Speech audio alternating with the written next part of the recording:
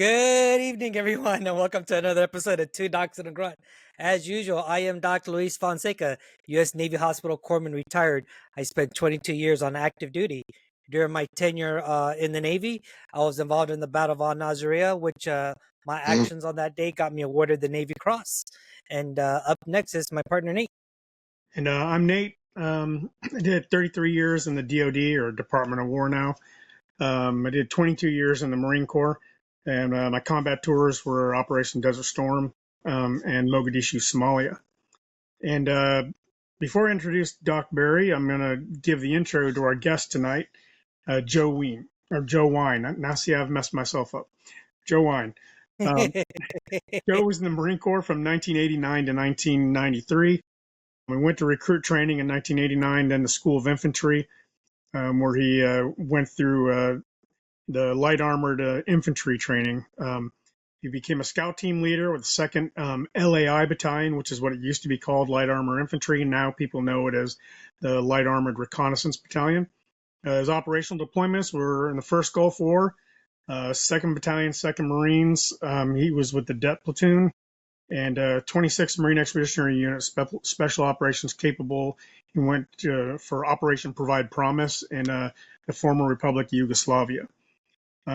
He's served as a Deputy Chief of Staff to Councilman Jay O'Donovan of the New York City Council, supported New York City's Chairman of Economic Development, worked for Sweet Construction and was a member of Local 79 General Contractor Labor Foreman.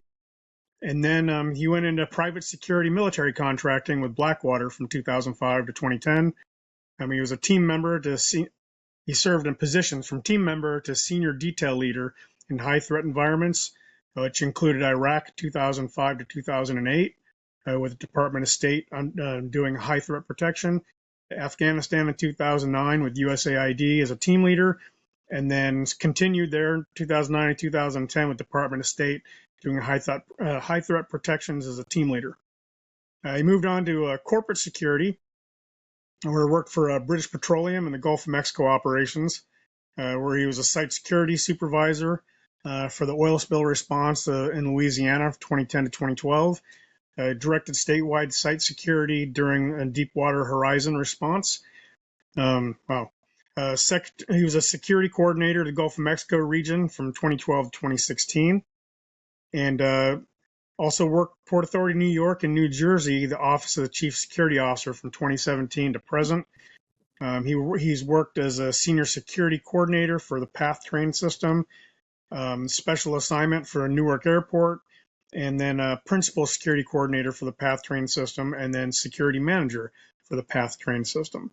And then next will be Doc Barry, and he will explain how we got to having Joe on the show tonight. Folks, my name's Andrew Barry, also known as Doc Barry. I am a psychologist and psychoanalyst, and I specialize in working with veterans and first responders battling post-traumatic stress disorder and related issues. So yeah, very happy to have Joe Wein on with us tonight.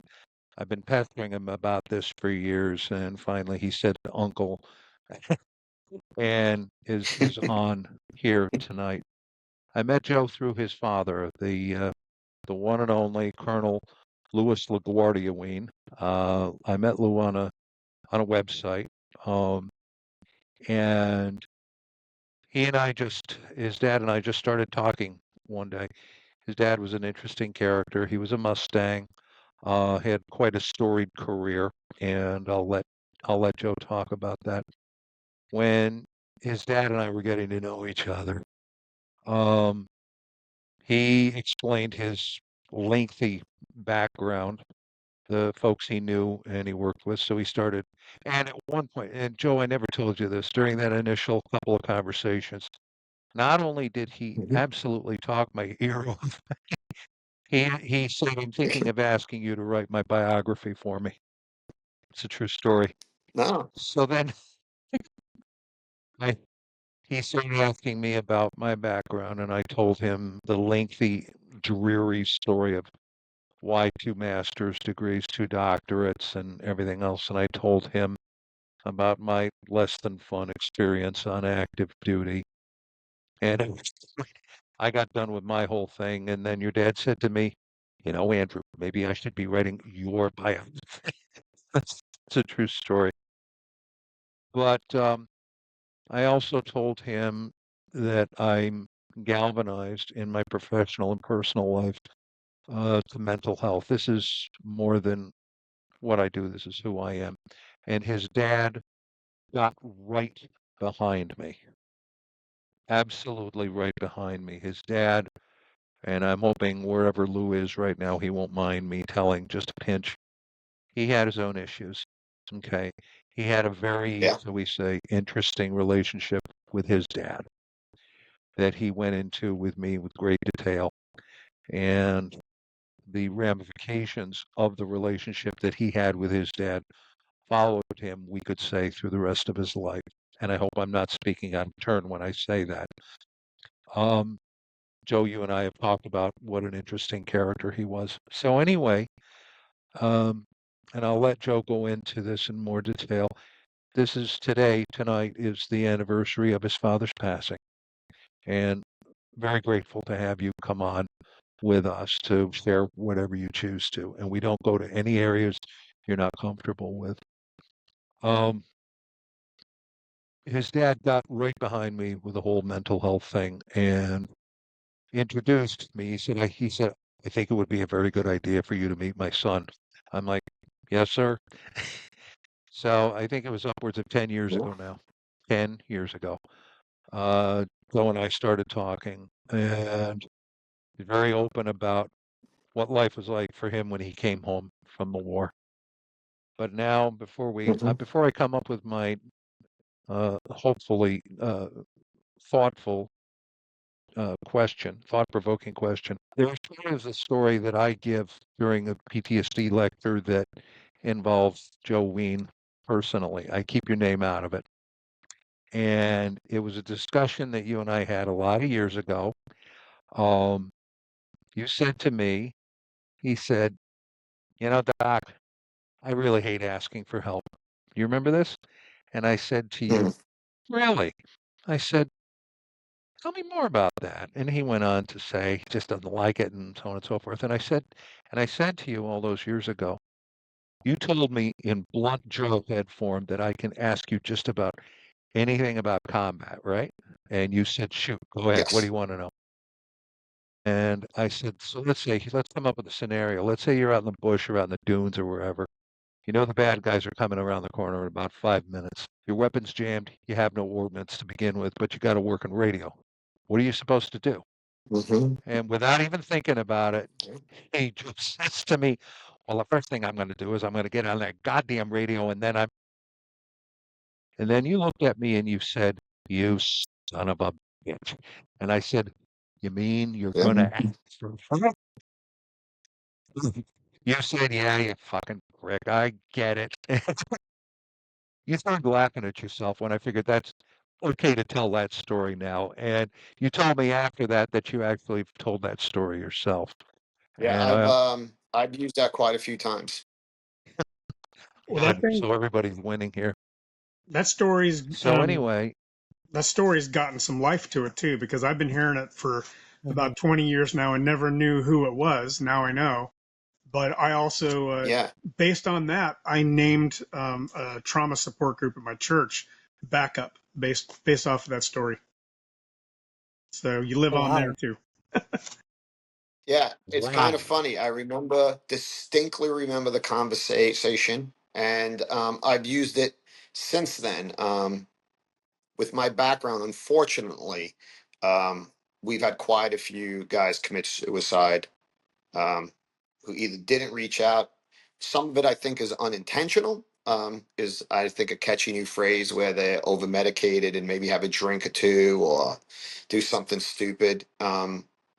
Uh, I shouldn't say do something stupid, um, but you understand what I'm saying. And I say it to all the times. Guys call me up, and you got to understand. Not to jump, put the cart before the horse, but like in our generation, right? Even right, all of us, even in the military and not. If you were, a guy and you were like, "Hey, I'm feeling a certain way," they'd be like, "Suck it up, take it, be quiet, Stop complaining. Your grandfather was in the Second World War. Your grandfather fought in 3 wars. He never complained once. Doc Right. knows the history about my father and his father, Yeah. right? It was a different generation.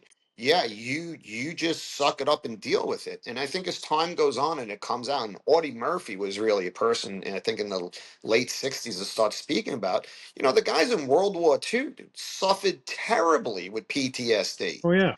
and a lot of alcohol abuse when they came home. And I said it to a lot of guys. Guys, look at there's nothing between if you're wounded or someone's wounded in the Marines, doc, right? You call for doc. You need support in the field.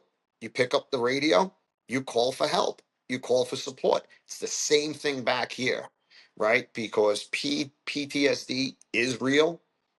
I know a lot of people frown on how many claims are put in today and this, that, and the other thing, but in the end, Doc, that is a true story. And I remember the day we had the conversation, and nobody was more resistant to talking to somebody about any sort of experiences than I was. And I know other veterans and first responders and people that have suffered traumatic events, they don't want to talk about it. They feel weak and I could sort it out on my own. And the truth is, you can't. So thank you, Doc. I credit you with a lot. We can get deeper into it. There's a long list of people, and just two things I want to hit on, which is funny about the Marine Corps. So Jay O'Donovan, who I worked for, who was just a darling of a man, who passed away quite some time ago. He was a Marine in Vietnam with Mac V, 2 Bronze Stars. My boss, when I first started to work at the Port Authority, um, was with 3rd Battalion, 5th Marines, and my current boss was the JTAC for the 3-5, same group from boss to boss, both in 3-5. He was their JTAC in Sangin, which, if you know about Afghanistan, the Battle of Sangin was a very costly, politically high profile battle where the Marines suffered terribly. But he was their JTAC, calling in all their air and artillery support. And Doc, in Nasria, what year were you in Was that the invasion you were in Nasria? Yeah, correct. In 2003. So, Yeah, my um, friend was killed there. I think he was the first Marine or officer killed. You talking about who Thrill was Kill? that? You talking about Lieutenant Childers? Childers, Thurl I Childers. went. He was Childers. my Yeah. roommate. I went to meet. He was my roommate. Wow, small world. I went to MESUP prep with Childers. So Get out of here. yeah, no, I mean my graduation, No way. our graduation picture. He's standing right next to me. He was the only other Gulf War veteran in there, so he was the only other person that understood me, and I understood him. And Yeah, wow, he was a small combat replacement for us in the first Gulf War. man, So small he world. came Okay. over to us. He came over to us as a replacement because some guys had gotten hurt, wounded, whatever. And he was there with us. He was in the det platoon with me, and then he was my roommate. And yeah, dude, yep, Isn't that weird how Okay. Yeah. and small? So yep, yeah, absolutely. But I didn't personally know him, Joe. I was the corpsman with the second tracks with the AAVs. So, we're used as a reinforcement platoon. So we had just met the grunts. I want to say yeah, maybe 2 weeks before we crossed the wire. yeah. Um, but But I know the name though, obviously after having survived that, and then yeah, I don't want to get too personal, but I know that a couple of those tracks got hit pretty bad. yeah, yeah, Yeah, unfortunately, like I said, guys, I don't really tell any personal war stories. And even though I had some hiatus from the military service, I was doing a lot of executive protection, kept up my contacts, knew guys in DOD. And yeah, I know all about that battle because I worked with a bunch of dudes in Iraq that were there. I know, Childers was killed there. And I know that a couple of those tracks really had catastrophic loss. So yeah, unfortunately, and I mean, I think maybe it's been what 22 years now, if you could wrap your head around that alone, that it's been right? I've 22 years. How does it feel that you're old enough to say it was 22 years ago? No, absolutely, right. Guys, I'm going to It turn on my light real quick. I think it's yeah, getting all go dark. for it, Joe. But absolutely is surreal because it's it does go by in the blink of an eye, Yeah. like our parents told us and our grandparents told us, right? Um, and even though I however you want to view it, right? Sometimes I view it unfortunately. Mhm. Just depends where my mental health is at the moment. Most of the time, I view it as as very fortunate Yes. that that for whatever reason I was honored with that award, and it allows me to speak about the Battle of Al-Naziriyah to keep the memory alive of those 18 men that died that day. Unfortunately, like you said, we did take a big hit, and it's just unfortunate that it was caused by friendly fire. You know, it's Yeah. not a secret. You No, know it what I mean? happens. Yeah. You know, and you know, it is what it is. But you know, after 22 years, you do. I don't say you do because I can't speak for everyone that was there, but it's definitely taken me a long time to sit here and comfortably speak about that day, you know, and not speak about it in a way where, because for many years, even though I had to, even though people always said, you know, Fonseca, like, it's up to you whether you want to go give speeches or not when commands invite you.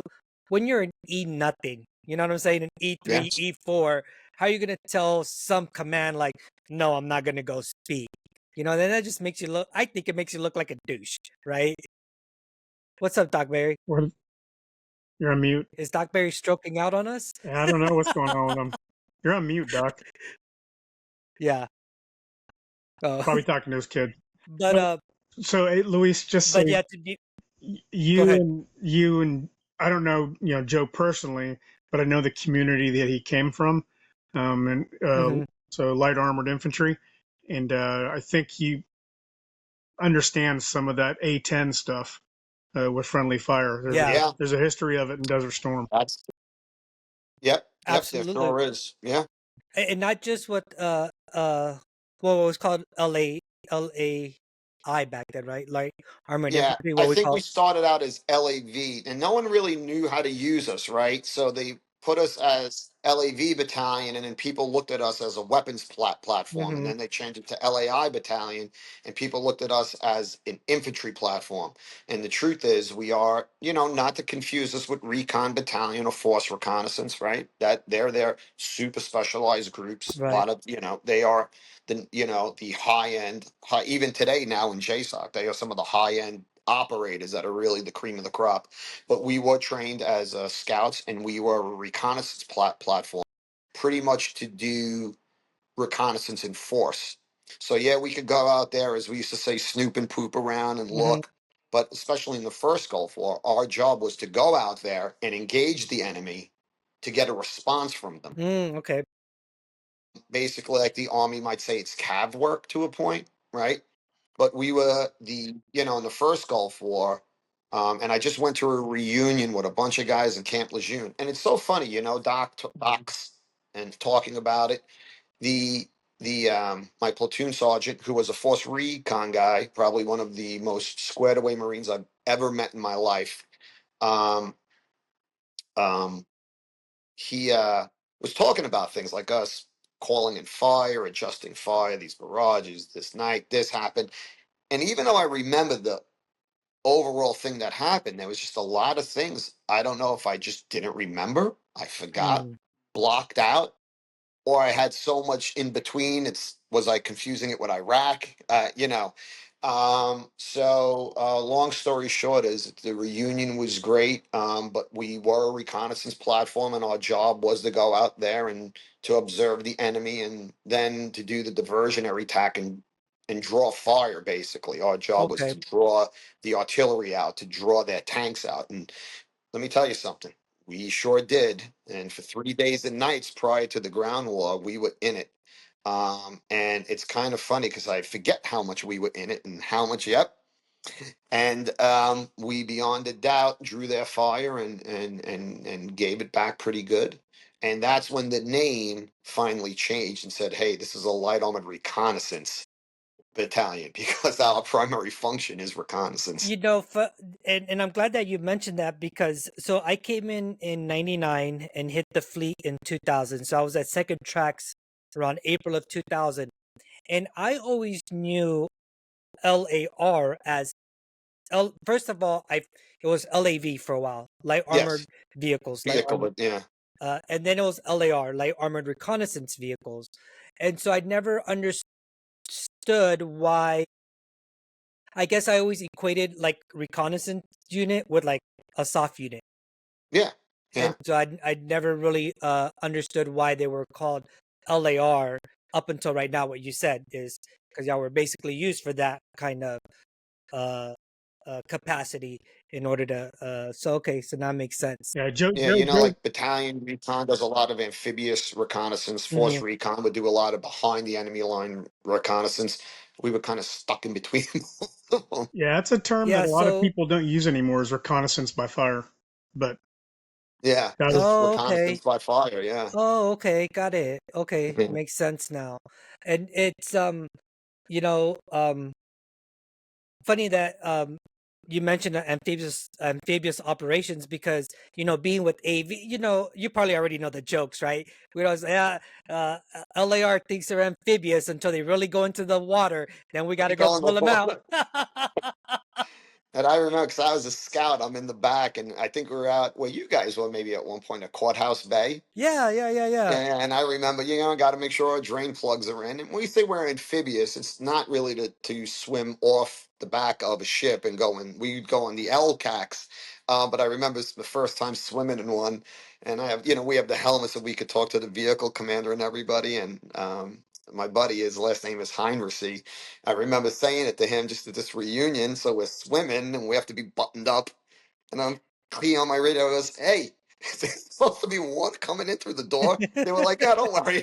Is it a lot? And I go, well, no, but it's coming in. They were like, that's all right. you're All probably right. you're probably thinking, well, what do y'all consider a lot, right? And this is the funny thing. All this amphibious training, and I wind up in the desert. 100%. 100.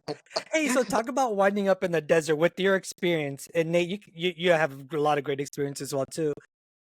So were AAVs in the initial invasion or push into Iraq and in the subsequent years, were they moved more to like a LAR type of mission?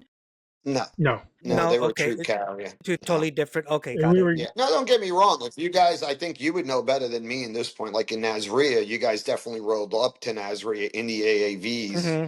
But then, I think the AAV, because what do they have? A 40 mic and a 50 cal on it, Correct. right? So I think they would be used more as a base of fire. But who knows, dude? Marines are Marines. Like Doc said, if somebody's in a jam, those AAVs are going to roll in there laying fire. Hmm. I have a funny story. I won't use his name. Well, maybe I will. His last name was Spence. He was a special forces guy in Iraq, A-team guy. Worked with a lot of SF guys there. They're fantastic. And he told me when he got wounded, um, just before he got hit, his A-team was in a jam. So they called in for support from a Marine unit that was nearby. So the Marines roll in, and apparently he was like, lay it on him, dude. We're in a bad spot. He goes, damn, if I knew how much fire you Marines would have laid down, I would have given better instructions. Yeah. He goes, I was like, damn it. They were like a steamroll. I said, hey, you said they fought their way in to get you and fought their way out, but they told you get down because your building is, I don't know the exact story, but I could tell you that A team had to cover up because the Marines were laying some hate and waste to the area, Mm, around them to pull them out. I forgot what part of Iraq it is. I haven't spoke to him in quite a few years, but from what I understand, he's a police chief now somewhere. okay. So good dude. Worked with him in Iraq and Afghanistan. Lots of great guys. and Yeah, I Nick, had yeah, we used those, and we call the girls, we call them hogs, and we used our hogs like for everything. Um, I had one of my friends, and I wasn't on this deployment. It was maybe a year or two after the '03 deployment into Iraq, where he was the if you ever read of an AAV that backed in to a house and knocked down the wall, backing it in, and then they didn't combat drop the ramp. They just dropped the ramp to unload casualties. Yeah, he was the one driving that. He was like, Doc, oh my gosh, like we backed into this house to fucking knock down the wall and loaded Yeah, up our guys. Like, yeah, man, we used them for everything besides amphibious yeah, operations. yeah, yeah. Mm. you know, Yeah, it's so funny. You called it a hog. We used to call our vehicle a pig. Yeah. Oh, did ya? Yeah. Okay.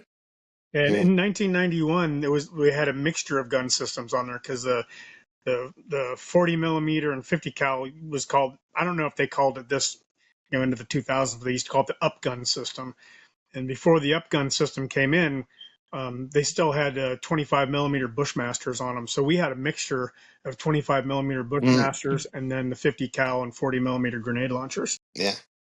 So, Yeah, I And what have was that on the LARs or the AVs? on the AAVs. Okay. I didn't know that they had the 25 millimeter Bushmasters on the It might have been AVs. 20 oh, yeah. millimeter, but I'm pretty sure it was 25 millimeter. Hmm. Yeah, but that was before the upgun system came in. Yeah, that's the only weapon system I know on the tracks is the 40 Mike and the 50 cal, the mod deuce, whatever you want to call it. But yeah. Um, I prepared something, but only because So Joe mentioned something that I've been experiencing the last 3 weeks as I'm working on my VA claim finally after 13 years of being retired. So I've been reliving the war every single day as I'm going through after an action reports and chronologies, and I keep running into things that I forgot about also.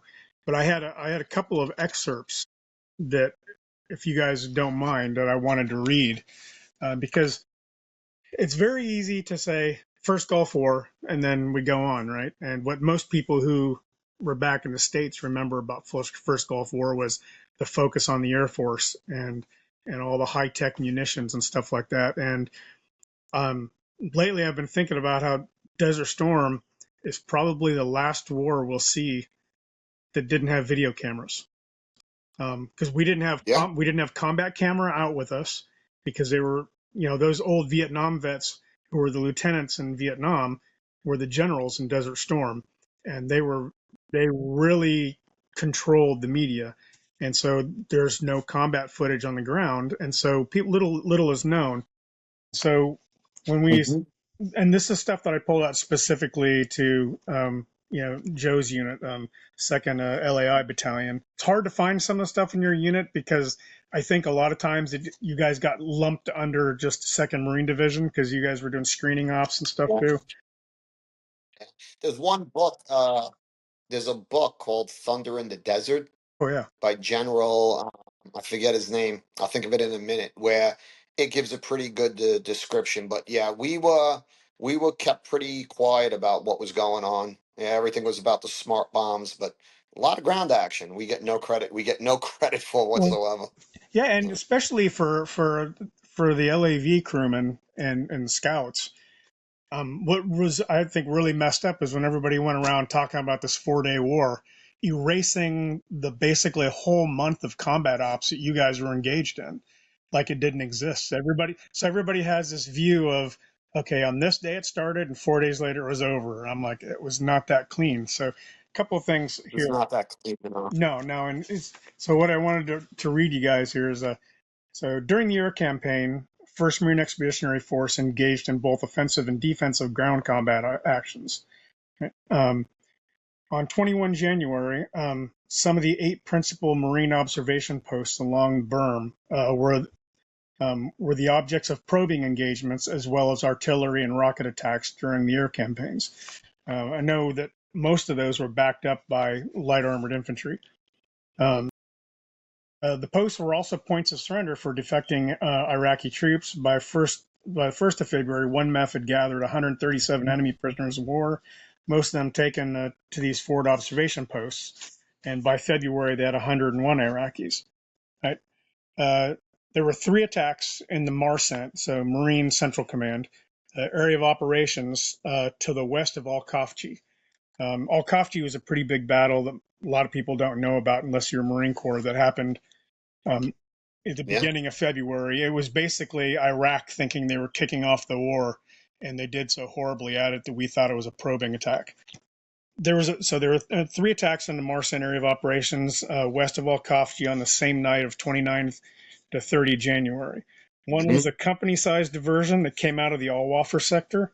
The main attack was a brigade-sized force that attempted to cross the berm near the southwest corner the border, about 80 to 90 kilometers west of Al-Kafji.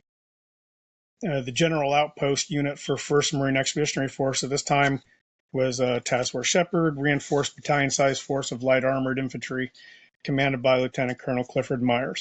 After receiving initial reports of the Iraqi assault from Observation Post 4 at 7:26 at night, Task Force Shepherd moved from its nearby screen line to evacuate the reconnaissance team and their light armored vehicles, and then worked to disrupt the Iraqi attack. They operated agile, fast, up to 100 kilometers per hour, LAVs in 2 variants. In a confused night action that continued until the dawn, the task force, in conjunction with Marine and Air Force fighter attack aircraft, defeated the Iraqi forces, some of which retreated back into Kuwait. Last action involved a smaller Iraqi force, which took over OP6. And then, and if are you all right if I talk about the fratricide piece? Yeah. Okay. Good. All right. This short piece here. Beginning in late January, the Marines of 1 MEF came under a series of air attacks by friendly forces. These were known variously as fratricides, blue-on-blue friendly fire incidents. First occurred on 23 January when a flight of 2 U.S. Air Force A-10s strafed Marine reconnaissance vehicles south of the border. The most serious incident of the campaign came on the night of 29 to 30 January as Task Force Shepherd engaged Iraqi forces near the southwest corner of the heel of Kuwait, where OP4 is. During the action, U.S. Air Force Fairchild A-10 Thunderbolts, close support jet under control of ground-based Marine forward air controllers, released an infrared Maverick missile that struck a Marine LAV-25 light armored vehicle, resulting in the deaths of 7 Marines and the destruction of the vehicle. An investigation determined the LAV was 6 kilometers away from the A-10 pilot's intended target. About an hour earlier, near the same location, a Marine unit fired a tow missile, tube-launched optically guided optically aimed wire-guided missile, which struck another Marine vehicle, killing 4 Marines. Yeah. So, notwithstanding the measures, on the night of the 1st and 2nd of February, a Marine A6 intruder was cleared by the Marine controller to attack moving targets that its crew had directed in southern Kuwait. They attacked the 1st Marine Division convoy south of the border with cluster munitions, killing 1 Marine and seriously injuring 2 more. So there was stuff going on when everybody was at home thinking that, there wasn't a whole lot happening, and it's kind of sucks that history forgets some of the smaller pieces, and then it takes 40, 50 years They to do, become a movie. Yeah, it's really tough. I remember the night we moved up to the border, and the desert. It's hot, this and that. I'm ditching all this gear, and which I probably shouldn't have done. And I've Gunnery Sergeant Sol Usher, you're listening to this. I'm sorry, I ditched all that gear. I paid for it dearly, I'm sure. But I remember the temperature dropping, and it got really, really, really cold. Froth. Right. And this is some of the things like I tell everybody, it's so funny. Like when you talk about the heat in Iraq, they're like, oh, well, it's dry heat. And I'm like, yeah, guys, but it's still 125 degrees. It's 125 degrees. And that's not even the hottest point of the day. I mean, you got to remember everything, Doc, everything radiating, getting hot. By 3 p.m., you can't even touch anything. Well, in the desert, in the first Gulf War, yeah, it gets cold and it's like 50 or 60 during the day, and at night it drops down to, 30 degrees or whatever. And they're like, oh, well, in New York, I'm like, yeah, but guys, you're in your house. Maybe you're walking to the train. We were literally living in holes we dug in the sand. And then it got freezing cold. We had no real good cold weather gear to speak of. Then the monsoon light comes in, and I think it rained for 32 consecutive days. So now it's like 35 degrees at night, maybe even a little cooler. It's raining, you're wet, you're exhausted, and it's real life. Dude, we had 2 vehicles per section, which is 4 scouts, so 8 scouts. We had a medic and a mechanic with us. And Doc and the mechanic had to stand OP with us. And we had 2 OPs and you had 2 people in it. And so you really, every 4 hours you would shift. You're really not getting a lot of sleep. It was difficult. Maybe we switched to one hole at one point in time, but it was tough. And we ate. I remember this, and we were just talking about it. So it rained for about 32 consecutive days. We weren't able to bathe for about 60 to 65 days.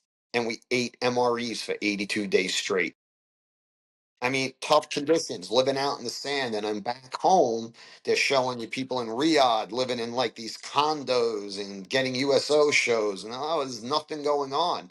And dude, you had some you had A teams, SF teams, recon teams inside Iraq. I mean, there was one guy my dad knew who was a special operations guy that had a team in and around Baghdad. You always hear about that SAS team that had a really tough go. I met a guy who was in the special forces team. I can't remember his name. He was running some of our air stateside for Blackwater. And he was in one of the teams that went out to hunt scuds and got compromised.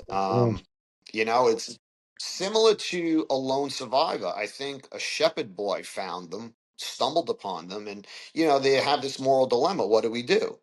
Do we tie him up and leave him here, and then who knows, does he die?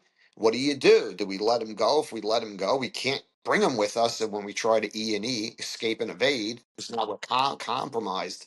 So a lot of stuff goes on, and just as you said it, I can kind of relate it, and we can all relate. It's like a football game, right? The preparation that goes into a football game or a sports game. They're looking at video the whole week before. They're practicing. They're watching the other team. How do we beat their defense? How do we exploit their offense? How do we do this? How do we do that?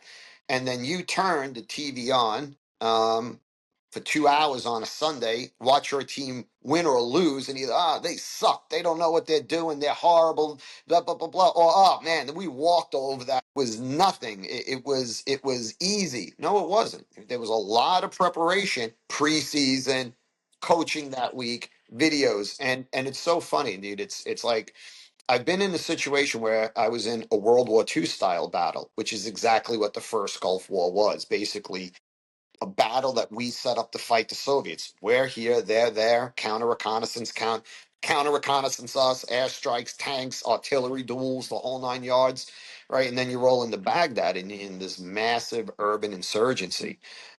And it's like, so you go in and you have a decisive win, and this is what led to a lot of me talking about it at first and clamming up about it. So I want to point out that the Vietnam veterans in Staten Island were very welcoming to me, almost all of them. One or two bad apples coming up to me going, well, what did you do? You didn't do anything. That wasn't a real war. Yeah. 65 guys were killed, right? So even if there was one guy killed, tell his mother he didn't die in a real war. And I had a lot of that. You didn't really do anything. Civilians who would never even dream of joining the military, becoming a cop or a fireman or anything. Oh, you guys didn't do anything. It was easy. Yeah. Oh, okay. And then you come home from Iraq. I lived in Manhattan at the time, and needless to say that a lot of people in my neighborhood, I lived on the Upper East Side, were very nice to me. But dude, you had one lady, and I will say it as plain as the day, she was a leftover Vietnam War protester looking to relive her youth, and would give me a hard time every time I came home. College students, I'm trying to go out and just have a Guinness and have some wings, and then I understand this to a point. I'm not going to say like some recent political events where basically if you agree with them, as we saw this week, they'll assassinate you, right? Not to get political, but it's the first political assassination since 1968, right? And they feel like, oh, you're a veteran, you're in Iraq. This is how I'm going to be heard. I am going to talk to you about it. I am going to tell you. I didn't support the invasion of Iraq. Fantastic. Neither did I. I studied the region. I became obsessed with the Middle East when I left there. And anybody who knows what was going to go on there, most likely. I have some guys I work with that are very loyal to some of the political leadership in Iraq. I mean, Americans that were there, and they were trying to do the right thing, but the political leadership in DC totally mismanaged Iraq. So now it's either I wasn't in a real war, or a war criminal profiteer and you lost, Yeah. right? And but that's where I really saw nastiness come in. There was a famous radio show host who I won't mention his name. Gentlemen, Um, sorry to jump in here. so Hang on. Yeah. I'm getting a warning here. Joe Wein's recording has stopped. Your recording has stopped due to an incoming phone call. Are you guys, I sorry to interrupt. This is a great discussion, but we want to make sure we're getting everything. Who's? Luis, are you seeing that? So yes, it picked back up though, Doc. So we're good. I'm sorry to interrupt. Okay. Yeah, I'm not here. that's all right. Dude, and it's like, it's when the Marines were killed. The Marines were in Fallujah. The Blackwater guys were killed and hung from the bridge. And this radio talk show host, who's famous, like I said, won't mention his name, was like, oh, yeah. And I wasn't with them at that point in time. It was like, oh, I heard a bunch of you guys were barbecued. I heard you mercenaries were barbecued. And then I had a lady tell me, anybody who's getting killed there deserves it. And I said, dude, just pick any other situation in life. Somebody with any disease, somebody in any walk of life, and you say those things to them. And very difficult, like how do you keep your calm? I know a bunch of my friends that I were with would not have kept their calm, but I am, I did. I walk away. I just never associate with them again. Having reconnected with my Catholic faith, right? I pray for them, dude. Even the people that are celebrating, I don't want to say his name because I don't know legally what we're allowed to say or whatever. The poor gentleman who was just assassinated, Martyred. people who are celebrating his death because they disagreed with him. I pray for them, man. And they're Yeah. and either one of the docs, Doc Berry could probably speak to this a lot, dude. They are really, I think, depressed, traumatized, maybe possessed folks who are angry and probably never either one got indoctrinated to a certain way of believing or had trauma and never processed their trauma the right way. Because I know when I hadn't processed my trauma the right way, and Doc Berry is the person that really helped me heal. I'm going to give props to my friend Charlotte. She's a young lady who had suffered some traumatic events personal to her. We won't get into them. And then her and I started to date, and she started going back to church, and she got me back into my faith. And that's where, and then talking with Doc, and like I said, anybody that does what he does, especially him. Because you imagine me calling up and talking to you for 3 hours. Imagine you got to listen to me. But then after listening to my father, it was probably easy, right? Dude, it's like when I first came home and I'm dealing with all these things, right? Once again, shut up. Oh, you could talk about it at the VA, but here's this medication. Just take these pills. So what do, man? I wouldn't talk about it. I would medicate myself with alcohol, right? Come make more stupid decisions and more traumatic decisions, right? So I always say that if you don't process your trauma the right way, you're angry, you're bitter, you're depressed, you try to self-medicate, whether through alcohol or whatever the case is, or distracting yourself, and that just compounds it because what do? You wind up drinking more, you wind up Right. doing drugs, you wind up being promiscuous, you wind up doing all these things. So it's so funny. All going back to the first Gulf War, right? People don't understand the price. People just like, yeah, we just walked in there. I said to somebody, so 265 guys, I think, were killed in the first Gulf War. Say about half of them were Allied troops. The other half are Americans. And that was primarily what, 28 days, 30 days? The bulk of them were in 72 hours. At the worst point of Iraq, and don't get me wrong, guys, like I said, one guy is bad, but you Hmm. just can't use in World War II, you're losing 250 guys a day. You just can't use that as a measure. Anybody going to war is traumatized, whether you fired a shot or you didn't fire a shot. There are people I know that were in Iraq who worked in the embassy, but dude, we got rocketed constantly. They would hear the car bombs going off. They knew people that got killed. There were people in the embassy compound that got killed. I know two pretty horrific stories of people that got killed from incoming fire. And they're traumatized, right? Um, and that's a big thing in the veteran community too. Of course, there's always the new guy, right? What do you know? You're a boot, right? And a funny story is I know a guy who was in Guam in the Second World War, and apparently one of the guy he was at the Marine Corps League in Staten Island, and they had to wade in. It was a battle. I'm sure it was Guam or something. He goes, you think this was hard? I was on Saipan. You're a boot. You didn't see anything. This was nothing.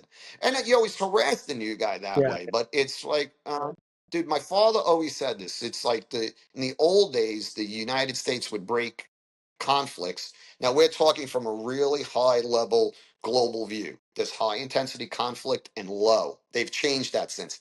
High intensity conflict they considered World War One or World War Two, where you had rationing of food, national call up of reserves. Okay. Everything, our entire economy was geared towards supporting the war. But you have Vietnam, which was up until Afghanistan, the longest war America had been in. 58,000 guys minimally, right? I think that was the number and change killed, but they considered that a low intensity conflict. Because yes, you had a draft, but you didn't have a national mobilization. But my dad used to say, regardless of what it is, it's always intense for the guy on the ground, Yep. Yeah. Yeah. right?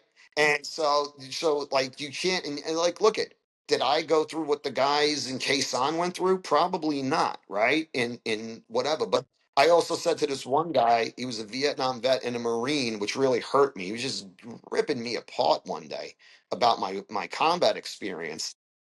And I wanted to say, well, dude, have you ever been attacked by tanks?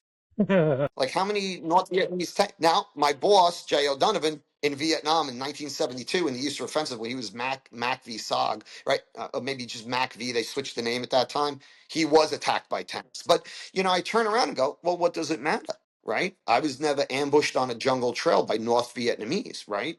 But then again, you never had a car bomb go off close to, but I never said it. I never said a word. But one day I was confiding to one of my dad's friends. His name is Ray Smith, legend in the Marines, Major General, retired. He has the Navy Cross, 2 Silver Stars, This and then like 2 or Howlin' 3 of Mad Smith. everything else.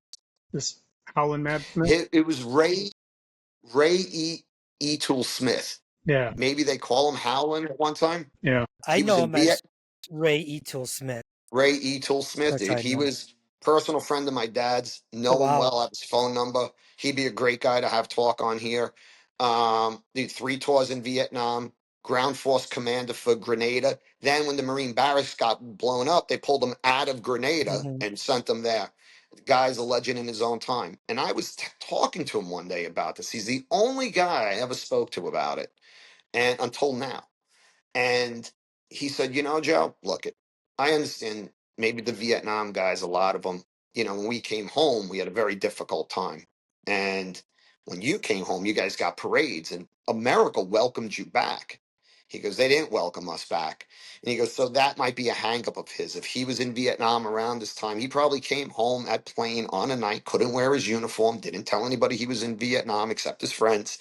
And he goes, but on that note, he goes, anybody who degraded your service and your combat experience, quite frankly, I'm going to call into question his. And he goes, no, he goes, it doesn't matter. He goes, and I'm not talking about harassing the new guy, right? Right. Because we all harass each other. You didn't do anything. Oh, when I was in, I still had to spit shine my boots. You got suede boots, pussy, right? And when I was in boot camp, they could still do this to you. This one you got, which the Marines never had timeout cards, by the way. Yeah. Yeah. So, and even in boot camp, my own father, right? You were in 1st Battalion. That's where they sent all the wimps, the guys that they thought they couldn't, the mama's boys all went to 1st Battalion. So if Paris Island, 3rd Battalion's a little off to the side, which the Force Recon platoon sergeant I was talking to you about, Sluggo, we used to call him, he was a drill instructor and a recruit at 3rd Battalion. And I used to say, yeah, they sent all the friggin' rocks that weren't that smart to 3rd Battalion so they could beat on you and nobody could see it. Because they had to beat you guys extra because you were so stupid. So I'm not talking about that stuff, Right. But Doc, you're right. Guys, I could go off track. I lose my focus, but it No. is good to sit here. I encourage veterans to talk to each other, right? Because look, we're going to break each other's chops. We may not like each other, but like they said, dude, pick up the phone. There's no difference. Call for help, get help, and even civilians, dude. Like people that witnessed this assassination recently, Oh yeah. they're not going to be the same. No. I mean, if you look at the close up, us as veterans, guys, I don't want to get graphic. We've seen that before. Right. How many college students have seen an arterial bleed Well, yeah. You 100%. or somebody with a traumatic wound? said that Like, Doc, I looked at that and, being combat vets, and my medics were excellent. A lot of, once again, corpsmen, special forces medics. You guys know medicine. Army, it doesn't matter. We had one guy who was a SWAT EMT or a paramedic, like actually on a helicopter flight life. So we get trained a lot in that because we worked in smaller teams in Iraq, and you got to know, you got to help out Doc, right?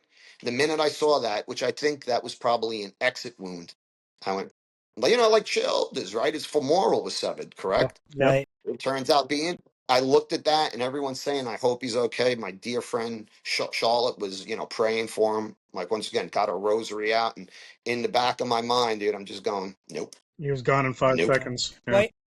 Well, I think Yeah, I mean, with that, yeah, I think also even with combat guys, and I would say even law enforcement, that you might view like, well, we're I guess accustomed to it, like we're prepared to see something like that sort of a deal.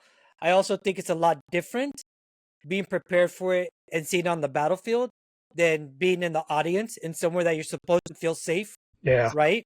Nothing bad's supposed to happen, and then because anyone that has seen life get taken away from them in front of them, right? Via combat, via law enforcement going into a hazardous situation, whatever it is, right? We all say it and we all understand that within the second, your life changes forever. yeah, But I feel until you really experience that, it's a big difference between understanding that your life can change in the second, and everyone says, yeah, oh, hug your family members a little bit closer tonight or whatever, right? Vice being there at the moment and actually seeing life drastically. And I'm not just talking about a little change, I'm talking about drastically. Your point of view of life changes within that moment of a second. Yeah. and yeah, and I would venture to say that even someone like myself, and I always use this a lot, myself in this aspect as an example, because I think, Joe, you hit something earlier talking about, maybe combat veterans and expectations, or you didn't do shit, or what did you really see, or what was it really like, right?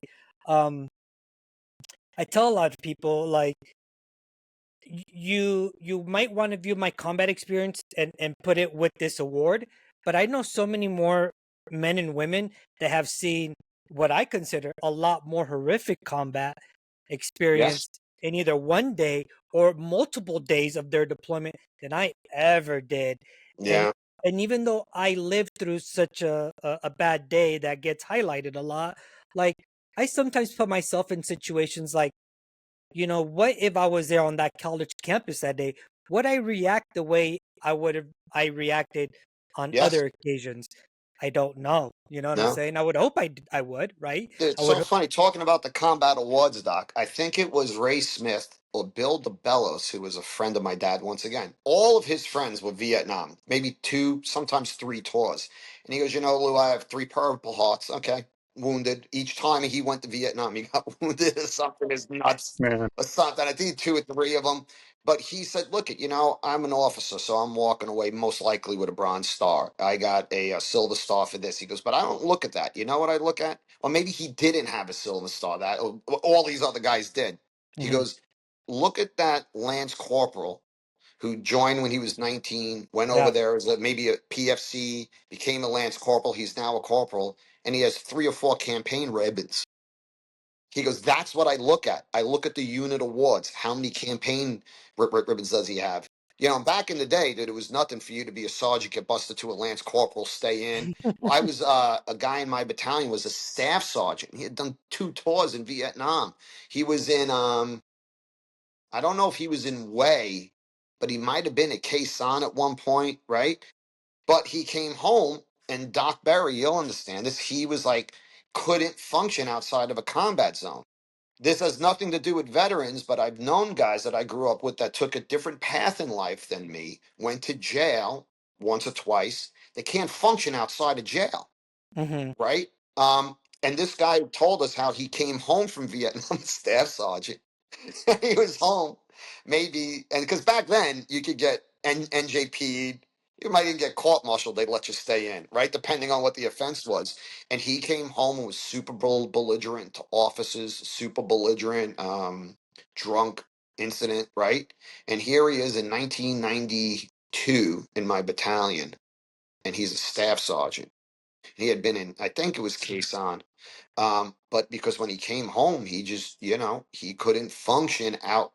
That's the Marine Corps he wanted to be in, because, the peacetime Marine Corps is very different than the wartime Marine Corps. It's funny that you mentioned that, Joe. So, quick little history about myself. I was actually NJP'd 4 times in Nice. my 22-year career, and it was all alcohol-related incidences. Because you're right, I didn't know how to function back home. And we would always jokingly say, now that we're talking about it, and the wheels are turning, and I'm thinking back on my own life and career, I would always jokingly say, I need to hurry up and get deployed again because I feel another NJP's around the corner. Yeah. I've been stateside way too long. Shit's going too good right now. I need to get back into the desert or Afghanistan. Yeah. And, Yep. and it's funny that you mentioned that, because now that I look back, and Doc Barry and I were talking earlier today about some other stuff, and he talked about, your framework. What is your framework? And I see that now in my career, that my framework was more along maybe what a Vietnam era guy was, right? Was, I'm a fucking warrior. I go out and fight wars for this country and get drunk, and that's all I'm good for. Leave me the fuck alone. And same with me. I spent 22 years and didn't make it past E6 because I was busted. I always Yeah. tell people I was meritoriously promoted up and down the rank structure. Well, your first time becoming an E4 is the hardest time. So hey, Chesty Pulla used to say you're not a real Marine until you get your first page 11. But it's so funny that I was down in Florida with a bunch of my friends I was in Iraq with, and really great group of guys. We support each other a lot. This one guy, we call him Q. Q, if I can't use your name, I'm sorry, but I'm using it. But I had said it to him one day, and I'm sitting there with him and his wife, and I was like, I just think it would have been better if I just died there, if I got killed. And his wife looked at me and said, he said the same thing. And then that's when I started realizing, well, dude, maybe I was kept going back because, yeah, I mean, I'm a warrior. This is what I do. All right. I didn't do it for college money. I didn't do it. I walked in, third generation Marine, right? My family's been in government service in the military. In fact, my nephew, my cousin, everybody's still active duty doing all sorts of stuff nonstop, dude. Since 1914, I have a picture of my grandfather in a horse in Haiti. Wow. On a Oh, horse going into wow. battle in Haiti. My family's been at it for a long time. My dad worked in the White House, worked for 2 different presidents, went from private to colonel in the Marines, a lot of stuff. And you're right, dude. Like, how do you deal with it? Like, do we have a death wish? I start thinking, did I have a death Well, wish? that Like, at what point is it too much? it's a form of Right. institutionalization. If you look back at like Ira Hayes, right, one of the flag raisers, Mount Suribachi, and also oh my gosh, like John Basilone, right? They felt like, oh, we need to take these guys away from combat because they're too valuable. They survived something huge, and the whole time they were away from it, they were miserable because they couldn't Correct. relate to it. It didn't feel right, and I think that's what happens with a lot of people. And something you said earlier, Joe, when you're talking about, let me put you out against a tank. There's one sentence here that just struck me as so odd in this thing. And it might not sound weird to other people until you think about it more deeply. The 2nd Marine Division received continuous light opposition, mostly from artillery and tanks during its assault. What the hell is light Yes. opposition from artillery? Here, go stand out in that field. I'm only going to send one tank, and I'm only going to use one piece of artillery to fire at you while you're trying to go through this obstacle course, right? Yeah. As my dad said, it's always intense for the guy on the ground. Yeah. That this is I don't want to, because of recent events. So I'm talking to this guy. I don't want to talk about ballistics and wound characteristics and things like that. but he's just he was a firearm enthusiast, I guess, and he's talking to me about the 5.56, how it's not a good round. I could get shot with it all day. I said, well, dude, why don't you go stand 100 yards out and let me shoot at you a little bit? He was like, no. I go, why not? Dude, you told me I could shoot you all day with this and it won't do anything to you. Well, I didn't mean it. All this great advice from people who never did it. Now, I do know some people that are civilians that are geniuses in this stuff and could train the hell out of you and never deployed. They just got the knack for it. I'm not saying anything bad about those guys, but it's like light resistance. So I think we were under artillery and indirect fire, let's just say for 72 hours straight, right? We got attacked by tanks. Um, you know, dude, is it the Wehrmacht? Did they send? But don't forget. I mean, they had what? A lot of guys coming at us, and it's kind of funny because we were Second Marine Division. I think at that point after Kafji, I think we were attached to one MEF. Yeah, you And guys. then during the invasion, after we went through the breach, we were actually, I think, on the flank of the Tiger Brigade, which is an Army unit. Well, so Now, yeah, I'm a little Marine known. and we're the best at whatever we do, Yeah. but the Army tankers, man, let me tell you something. Yeah. Those guys are crazy. So Tiger, for people who don't know, the I think it's a second brigade, but Tiger Brigade Yeah. was attached to Second Marine Division and Desert Storm, Mm-hmm. and if I remember correctly, it was the first Army unit whose combat patch was a Marine Division patch, and the Army had to yeah, that's who they went to combat with. So there were these soldiers walking around after Desert Storm with Second Marine Division patch on their right shoulder. Oh, Yeah, they wow. were good guys. Yeah. I mean, they handed it to the Iraqis. Yeah.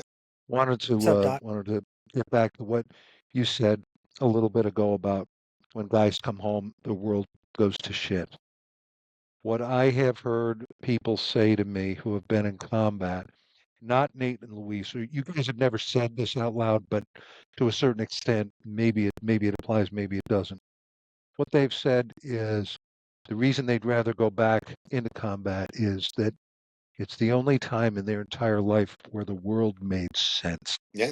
And that Dude, it makes sense. Yeah. To a that's a warrior. Sure does. mouthful right there. And I wanted to bring that up. I know you guys are having a great. I'm trying to stay out of it, but I think it's an important point to make. I don't know how you guys respond to that idea, so have at it. Yeah, I'd say that. Did I always say this, and the Marine Corps especially, Doc, because you went through our infantry training and everything, right? They do a great job of preparing you for battle. The Mm-hmm. Marine Corps especially. Any legendary fighting force who has success is the discipline, right? With discipline, camaraderie. The Marine Corps has, a very different approach to things. And I think where to break down the difference, well, it's the difference between the Army and the Marines. It's the same. I think where it separates is the Marine Corps does an excellent job of breaking you down and building you back up in the image of a Marine. I know what every button on my uniform stands for, my blood stripe. I know the history of the Marine Corps. I know what's expected of me, the discipline, the rank. I mean, it's just totally different. They do that excellent job of breaking you down and building you back up in the image of a Marine. And you're carrying the history, and some of the history they were talking about involved my grandfather and my father and my uncle and J. O'Donovan, who was personal. I knew him my whole life before I worked for him. So we carry that into battle. Where they fail a little bit is teaching you how to come home. 100%. Right? But yeah, dude, it makes sense to me. I'm there. I'm with Doc. We're watching each other's back. He may hate my guts, right? He may not like me. He's a Red Sox fan. I'm a Yankees fan, right? I like chocolate milk. He likes white milk. He just doesn't like anything about me. But I'm going to tell you what. If I say Doc, dude, I guarantee you, and I think I know your story too, under that hail of fire, I'm in that burning vehicle. Dude, he's coming in. Mm-hmm. That's why in Iwo Jima, the most Medal of Honors went out to Corpsman. Right. And nothing again. Once again, I'm not disparaging the Marines. They deserve whatever they did too. But it's like that makes sense to me. I expect you to do your job. I expect you to be on time. I expect not only we get our 10%ers and you get guys that show up to PT drunk and vomit on you while you're running. You get guys that fail inspection. We're all human. And like going into my thing and my healing, which once again, that I have to give the priest that works with me at I won't mention the church because once again, I don't know if they want to be involved in the conversation, but my friend Charlotte, who really brought me back in there, dude, the healing. I forgot where I was going with that, but yeah, dude, it makes sense to me. Right. This is your job. I'm depending on you. You're depending on me. Isn't it You crazy? know, Isn't it I crazy hate your that friggin' guts, but guess what, dude? You're trapped out there. You're on the fire team. You're my brother, dude. I'm watching your back. I am gonna die to save you. you had guys that would And then I come completely back home. hate each other in garrison and be the tightest people when they're in the field or in combat? Yeah. The 100%. old joke, dude. When I rotate, if we get at when we, if I had it said to me a couple of times, and vice versa. If we get out of this, I'm gonna fucking kill you. So, dude, Yeah. I want to kill you right now. And once again, we don't. It's like, and we're heavily armed, and it's kind of funny. I want to kill you, We're but it's probably not not gonna personal. do it. Not personal. I mean, sometimes Marines. I think this is very common in other societies. Like we could beat the shit out of each other. It's not personal. No. Yeah. It's all business. And It's usually all that's what, business. and that's usually what I realize, um, in, and I have to say really in just the Marine Corps aspect of my service, right? Because I was fortunate that I did blue side. I was on ships, hospitals, other Navy units. Um, but I also I tell a lot of people I was born to a Navy squid mom, but I was raised by a devil dog of a father, right? Because my first time hitting the fleet was with the Marines. But I think what the Marines do great, like you said, Joe, is not only do they tear everyone down and build them up into the image of what a Marine should be, but I think once you get to that unit, they really know how to build that unit into one team, one fight. Um, because one thing that I've always seen that the Marine Corps is a lot different than the Army, and I use the Army as a comparison because the Air Force, they don't have infantry guys or gals. The Navy, we don't. Well, we do. We call them Marines, obviously, right? Hmm. Coast Guard doesn't, but is I mean, even from the level of a lance corporal, you're already being trained to be a leader, Yes. and not just a basic leader, but a very effective war fighting machine leader.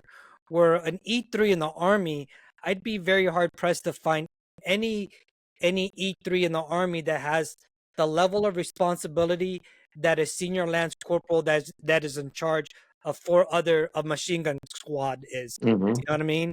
And Yeah. I think the Marine Corps does a very good job of that. Now, with that being said, Joe and Nate, do y'all think that is because the Marine Corps is such a smaller unit that it's kind of forced to have to think that way? You know, Yeah. I hadn't thought about that question. I really think, as you're talking about, Luis, I think it isn't because it's small. I think, like you said, it's because you're taught from the very beginning. I mean, even it didn't matter when you're in boot camp if you're going to go be a cook. You got the same training. You learned basic infantry tactics, Yes. right? You went to Marine combat training at the very least, right? So every single Marine, even if they don't go to infantry or other combat arms, they understand it. They've they didn't do the same level, but they went through boot camp and crawled under barbed wire. They did patrols. They did stuff without sleep for days on end. So when they're doing their job, whether it's in combat or peacetime, they understand how their job supports the guy squeezing the trigger, or Yeah. pulling And I think the that's why. lever. Yeah. In the army, when you get into the specialized units like the Rangers or the Airborne Air Assault guys, right?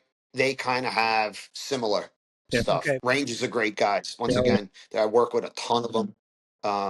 Couple of guys I know, Rangers, dude, they are squared away. 82nd guys squared away, right? But once again, you're talking about a smaller, cohesive union that has a history of discipline, that has a history of hard training. And I think that, when you listen to some of the guys who went to Ranger school, right? They were like, dude, that was my boot camp. That is what pushed me to the top, right? Not even jump school, not even this. You talk to the 82nd guys who, like one of the guys who I was just talking to this weekend, he was actually talking with guys that jumped into Normandy, How am I going to Wow. let that guy down? Yeah, How yeah. am I going to let that guy down? If that guy jumped into Normandy, right? I'm going to complain about this. And I think with the Marines, it's the same thing. Blue Woods, right? Yeah. Iwo Jima. You got to think about this. At Iwo Jima, 3,000 guys were killed the first day. And they only advanced like 500 yards or something. It Right. was like Yeah. 7,000 guys were wounded and dead in 28 days. 25,000 were wounded. Granted, dude, the tactics and no body on, but still, how am I gonna not live up to the image of that guy? Right? The same thing as some of the Rangers I knew and Special Forces guys I knew. They'd been in Somalia. They'd, some other things. And like, hey, I'm not going to let you down because the Rangers, they never let each other down. No. Mhm. Marines, look at, I've known some shitbags, right? That they'd still jump on a grenade for me. Yeah. Yeah. What's And that? Right. I never met a Marine who went to Ranger School talk bad about Ranger School. No, no. I kind of Right. wish I would have gone, but now with me being out, I'm like, gee, I'm glad I never went to Ranger School. As far as the discipline thing goes, hey guys, as far as the discipline that the Marines undergo to become who they are and what they are, obviously I never saw it on active duty, but I saw it in action at a birthday ball I was invited to years ago. No, hang on. Years ago, they paid half my plane fare. This is out in Texas, and yep, it was out. That's all I'll say. I don't want to give any more identifying information, but that was interesting, and I'm going to tell you exactly what I mean when I say the discipline. First of all, at this Marine Corps birthday ball, um, I got treated like royalty, and it was one of the most memorable and deeply moving experiences of my life. But here's the thing: everybody there was pretty well polluted, shall we say, pretty well polluted, and they were all fucking armed to the fucking teeth. And for some reason, I never felt so safe in my life. I knew what they were all about. And I've never been to Texas before in my life. I don't get out much. I just go to my consulting room and I work with you guys. But there's rattlesnake skeletons out, out in the open. It's 80 degrees in the afternoon and like 40 at night. And when we went to go hit the rack, they had a bunch of like little bunk houses. And I swing the door open to one of them, and there's a bunch of dead wasps on the floor. He had to grab a broom and sweep them out. This was really interesting. It was by a reservoir, by the way. And before I went to bed, there was one sleeping bag. Worst night's sleep I think I've ever had in my life. And I'd go through it again in a heartbeat. But they all said to me, "Hey doc, listen, when you get in there, you're going to want to close your door." And I said, "Okay, sounds like you're trying to make a point." And he said, "Well, yeah, doc, we got a lot of rattlesnakes around here. They come out at night, and they are heat seekers. They see that Yeah. door open, they're going to come and keep you company." And I said, "I guess I'm going to close it." Yeah. But Rolling over on a snake is no joke. No. No. it was interesting. It was one of my favorite experiences of being, well, with you guys, so to speak. Yeah, and I think, Doc, you hit it there. It's like, when you're out in the field, especially even if it's just training, right? Forget about the austere conditions, which I just pronounced wrong, I think, right? I don't want to get too graphic, but things that go on in the field, like, hey, dude, like going to the bathroom in front of each other or other things. I won't get into, the details that go on in the field. But even like my buddies, dude, we're sleeping in a hole, together, wet, nasty, bodily functions that got to go on, digging a hole. People like, not bathing, dude. And even the other side, guys getting letters back in the first Gulf War or phone calls in Iraq, girlfriends breaking up with them. Dude, my ex girlfriend, who I'm very good friends with now, um, she has some troubling times. We're praying for her, right? Broke up with me on the phone on my birthday in Iraq, Shit. right?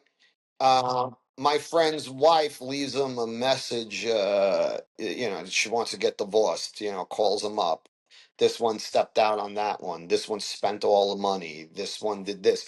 Good guys, kids getting into trouble. Fathers away, you know. Those emotional experiences outside of the combat experience. Joe, why don't you trust anybody? How come you always think your girlfriend's going to cheat on you? Why do you always think that somebody's up to something? You know, most of the time, they are, right? Not women, I'm talking. I'm making a joke in general. New York, I'm jaded. Mm-hmm. What's this guy coming up saying hello to me for? What's his angle? I don't have any money, pal. No, where do I get the 4 train? Oh, yeah, go three blocks down, right? Always on guard. And when you come home from combat, not only are you on guard, I remember that I came home, sit in front of this coffee shop, which is closed now, drinking my coffee, and I walking to go to church, which I think was St. Monica's on 79th Street. And I'm walking and I'm looking at everybody and I'm looking at the rooftops and I'm looking around. Even now, I notice myself doing it because I'm a little more with recent events. I'm very hyper vigilant Mm-hmm. again. And, Doc talked to me. I noticed my stuttering picked up again. And I'm in church, right, this weekend. And some people come in late, come in the side door. And I notice I'm looking at everybody. I'm looking at everybody in the pew. I'm looking at this. And then I hear, it's like all these things, dude. Like, here is this guy, grown man, warrior, crying in my shoulder because he got a letter from his wife that she's divorcing him, right? All these other things, trust, the camaraderie, the super awareness. And then 24 hours later, I'm back here, right? It's tough, Mm-hmm. right? How many times did you hear somebody say, you hear something, right? And you think you hear somebody saying, "Hey, doc," and you think they're calling you doc, right? For whatever reason, someone's hurt, right? It's crazy things. And to lighten it up a little bit, like there was this guy in the Marines right towards the end of my career, my active duty time, I should say, and he was from some small town, I think in Tennessee, right? Of course, starts dating a girl out in town, probably his first, adult experience, and he catches some sort of STD, doxycycline, 10 days, whatever they gave him. All right, look at dude, be careful, blah, blah, blah, blah. We understand you're out in town. It's like, people going to college for the first time. I guess they probably do have the same issues. Maybe not because they're not Marines or Rangers, right? A few weeks later, it's the same thing again. Dude, okay, look at, because, with certain medications, he couldn't be out in the sun, I think it was. Right. So it happens. I don't remember if it happens a third time or the second time we said this, we go in there, and I don't remember the dude's name. It was just before I got out. He wasn't anybody I deployed with. I can't remember his name for the life of me. And I said, "Dude, okay, what's going on here? I know you just left your little town. What are you doing?" He goes, "Corporal, I don't understand. I'm with the same girl." And I look at him. I go, "What?" But dude, he's serious because here he is, this trusting guy. He's from a smaller town. If he dated a girl, I mean, and this was the first experience he had like this, a girl from his hometown would never step out on him. Yeah. Right. She would never lie to him, right? And so, like, these are the bonds. Once again, I was going somewhere with this, and my mind starts drifting a little bit. But dude, this is why you said it's like it makes sense to me out there. This guy's gonna cry on my shoulder. He's gonna save my life. I'm gonna save his. I'm gonna talk to him about my tough day. He's gonna talk to me about his tough day, right? And you come home and you don't have that. Um, but like I said, luckily through my faith, going back to church, putting my trust in Jesus, um, and once again, I bring it up. My friend, she's the one that really brought me back. I had stopped going to church, maybe with the exception of a wedding or something like that. I Mm-hmm. wouldn't go, and I never abandoned God. I never blamed Him for anything. I never stopped praying. But dude, I was like turning to other things to ease myself. Doc Berry is a big, big, big factor in pulling me out of that. He doesn't realize it, but I say it to him. He saved my life. You know? You know, I wonder if two thoughts have come into my head. First one was when Doc Berry proposed, like, does it just make sense out there? Does it just make sense because, and I know you guys will understand it, and maybe those that have never experienced combat or going into harm's way. I don't necessarily want to just say combat itself, but a deployment, and that's what your whole thought is about, is the deployment, right? Is it that it makes sense because, in my point of view, life is really a lot more simple in those situations. Yeah. And the reason why I say that is because you take away every distraction that you have here at home, right? For instance, I'm a father, I'm a husband. I have bills that need to make sure they get paid on time. I have, thinking about getting up to work on time, driving into work, fighting traffic. You have all of these variables where honestly on a deployment, it's just this, you Yeah. know. Great point. And so do y'all think maybe that's why it seems like it's a lot more simple, because a lot of life distractions are out of the way and our real focus is three main things, right? Sleep, on duty, and if we're getting fired at, make sure we're firing back. And as long as the mail keeps coming in. Right. Yeah, I think So you're right, Luis. Plus, when you first come in, you're so much more junior, so the level of responsibilities you have are a lot less. You're not carrying that leadership burden, really. I mean, even if you're a senior lance corporal, you still have some top cover from somebody else, And I've told a couple people this. Yeah, I did 22 years, but the last 18 years combined, I wasn't as close to. I didn't have the connections and the memories in that 18 years as I did in that first 4 years. That first 4 years, like when I read Joe's bio, somebody go, okay, 4 years. I'm like, no, that's the most important 4 years. That's the 4 years you are connected the most. I still connect, even though we barely ever talk. They're still my friends on Facebook. Those are the guys that I went to combat twice with. Those guys. Those are. I was 18 to 22 years old. I think the age that you are when you go, the level of responsibility, the number of distractions that life gives you as you get older.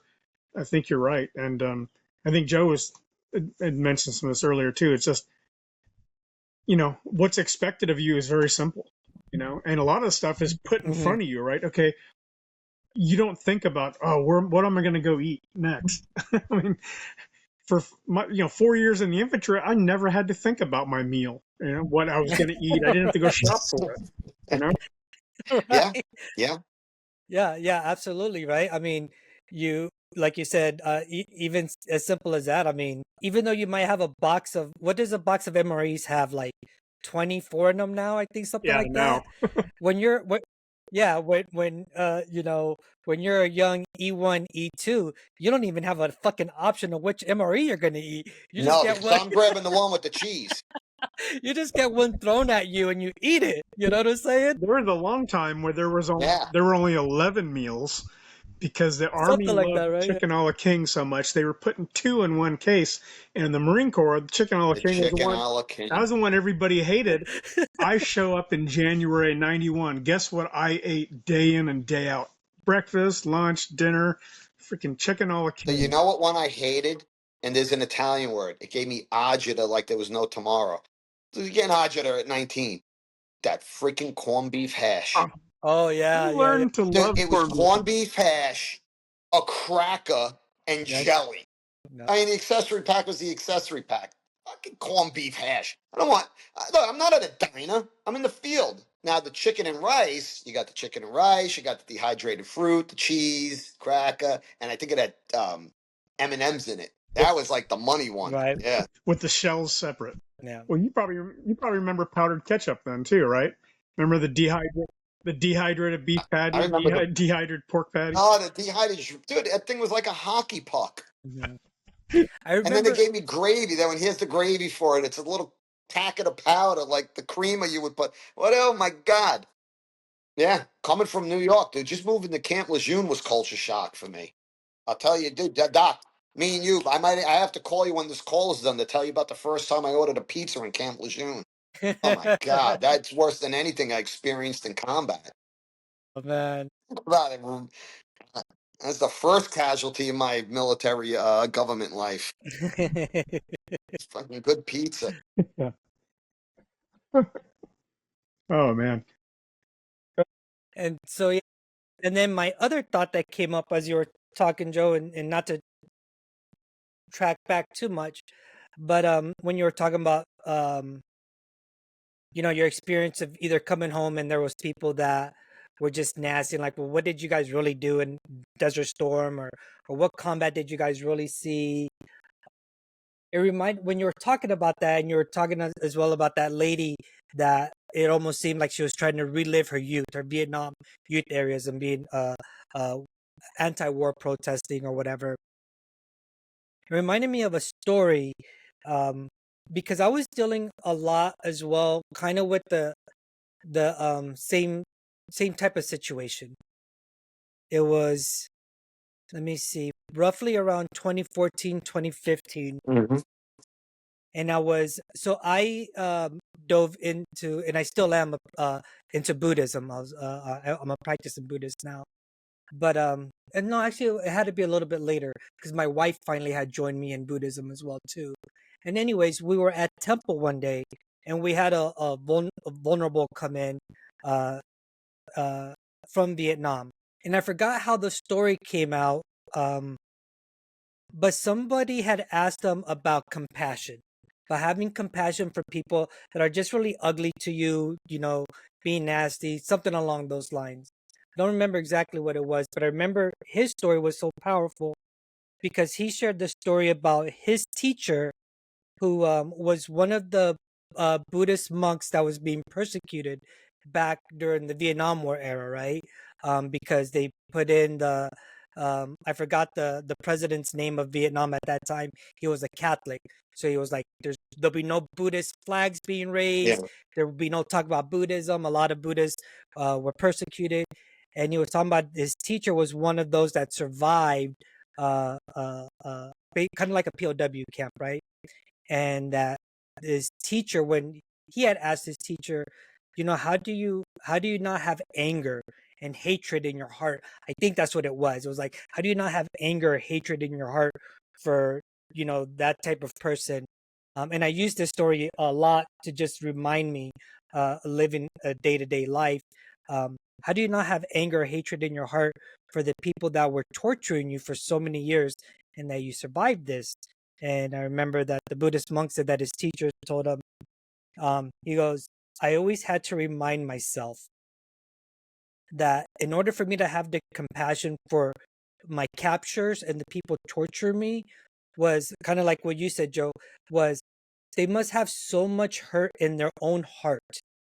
Somewhere along the way, somebody hurt them so badly, and they have Mm. all this hurt and pain in their heart or soul, whatever you want to call it, right? Um, that the only way that they could find any relief from it is to pass that pain or that Yeah. hurt to somebody else. And Yeah. when you were sharing your story, that's what I was thinking about was, you know, I- a lot of people, I think, come from a place where they're hurting so bad that they don't know how else to release it besides, well, let me hurt somebody else so hopefully they can take this hurt or pain away from me. So I found your story very touching Yeah. because it reminded me about. And did you know my teaching and my upbringing, Doc Berry, you could probably talk to a little more on the clinical side about this, right? They're definitely there, or it could be, dude, we have a term in New York, and I hate to curse and I try not to curse, right? Maybe they're just a jerk off. Yeah. They're upset with their life, but it goes back to what you were saying. But look, I look at it like this, dude. Jesus was on the cross. And whether you believe in his divinity or not, we like I said, we won't get into that. Obviously, I'm Catholic. I believe it to the T. Um, he was an innocent man, Mhm. just like the man who just got killed. But he was calling out corruption. He was an innocent person. He was getting in the way of certain things. The Romans thought he was innocent. They didn't believe he did anything. But to stop the uprising from the temple, they said, okay, we'll kill him. And as he's on the cross, he died a horrific. Crucifixion was so bad, it was against Roman law to crucify a Roman. Romans were not allowed to be crucified, Yeah. right? That he forgave them. Now, I'm not saying I won't defend myself if it gets physical, right? But even then, I try to disengage it. I've had people come up to me, oh, you think you're a tough guy, blah, blah, blah, blah. Once again, I don't know, Doc, we could get into it. They want to fight with me, they want to intimidate me. I say part of this is because when I was a kid, if I got in someone's face, I got punched in the eye. That doesn't happen anymore. Not advocating violence. I tell everybody when somebody engages you on the street violently, disengage with them. This trick is, and Doc Berry could probably talk to this more. Like I'm coming home from Iraq, dude, and it's tough, but I got to forgive that person. Maybe he's just misguided. Maybe they're angry. Maybe he's just a jerk off. Like, what is their psychological pain that feels it's okay to come to me and say something very bad like that? 100%. And Right. thinking they'll get away with it too, which they did because I'm not a violent person. Which people, and Doc, you might be able to go to this too and help people that listen to this explain it. I am a warrior. I had somebody say something to me about my training, which I never thought of myself that way. I always knew I was a warrior, but I don't want to say it on here. He said, "Well, Joe, that's because blah, blah," it's to one of my friends, and I never thought of it. But I'm not a violent person. Hmm. Okay. Right. Let me jump in here. As a way of thinking about the jerk offs of the world, and we've all run into them. Uh, Past a certain point, and it's hard to remember this in the moment, you can't take it personally because you just so happen to be the next guy in line to whom they are being a jerk off to. All right. They you, they've been doing this. What they've been engaging in this form of business for years, maybe even decades. And so, past a certain point, you can't take it personally, even though it's certainly understandable. We initially do. In plainer Hmm. English than that, they're all fucking crazy for a fucking reason. Now, Yeah. I'm going to tell you a story. Joe, you don't know this, but Nate and Louise know. My maternal grandfather was, let's just say, not the nicest person on the face of the earth. Okay. World War II, he was an Army captain, Bronze Star, V for Valor. He served in southern Bavaria. And according to the rumor mill, he went overseas, mean, rotten, and crazy. And he came back from 4 years, no, actually, even longer than that, even more mean, even more rotten, and even more crazy. He was a violent man. He was mentally and emotionally abusive to my mother and her two brothers. And to give you an idea of just how far this went, he had many duties to his children, my mother especially, and deflowering her at the age of 17 was not one of those duties. He used to lock them out of the house in the winter because they were making too much noise. He was telling them at one point he was gonna teach them how to crawl on their bellies while he shot live ammo over their heads. This was not a nice man.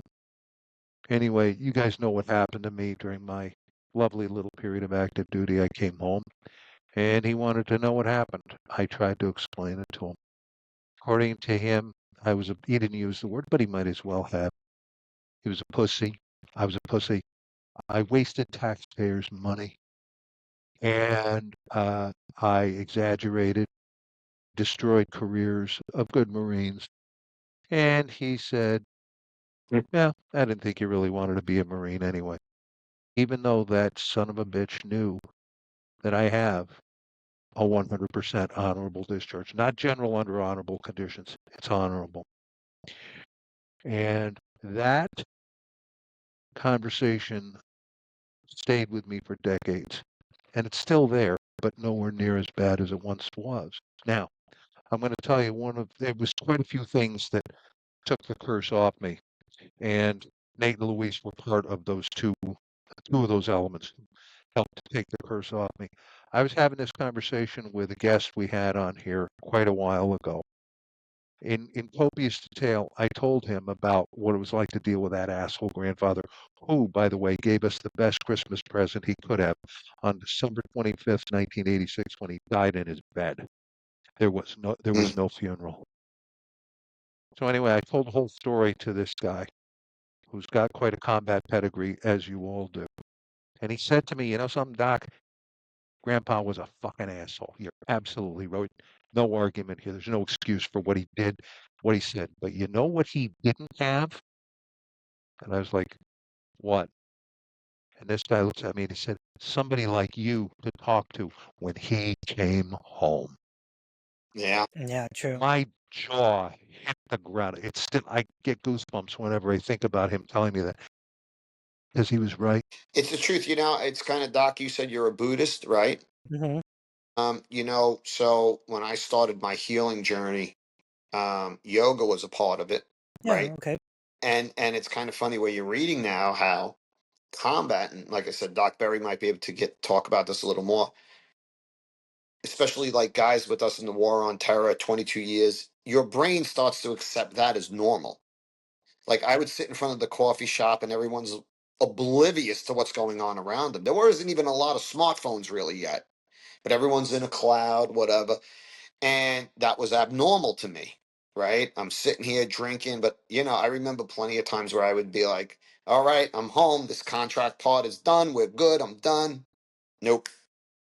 4 weeks later, I'm back. And what you have to do is I had it, and Doc, you brought this up to me one time. Like people would talk to me, did about tragic things that happened to them or upsetting things that happened to them. And I'd be like, the fuck do you know? What do you know? What did you do?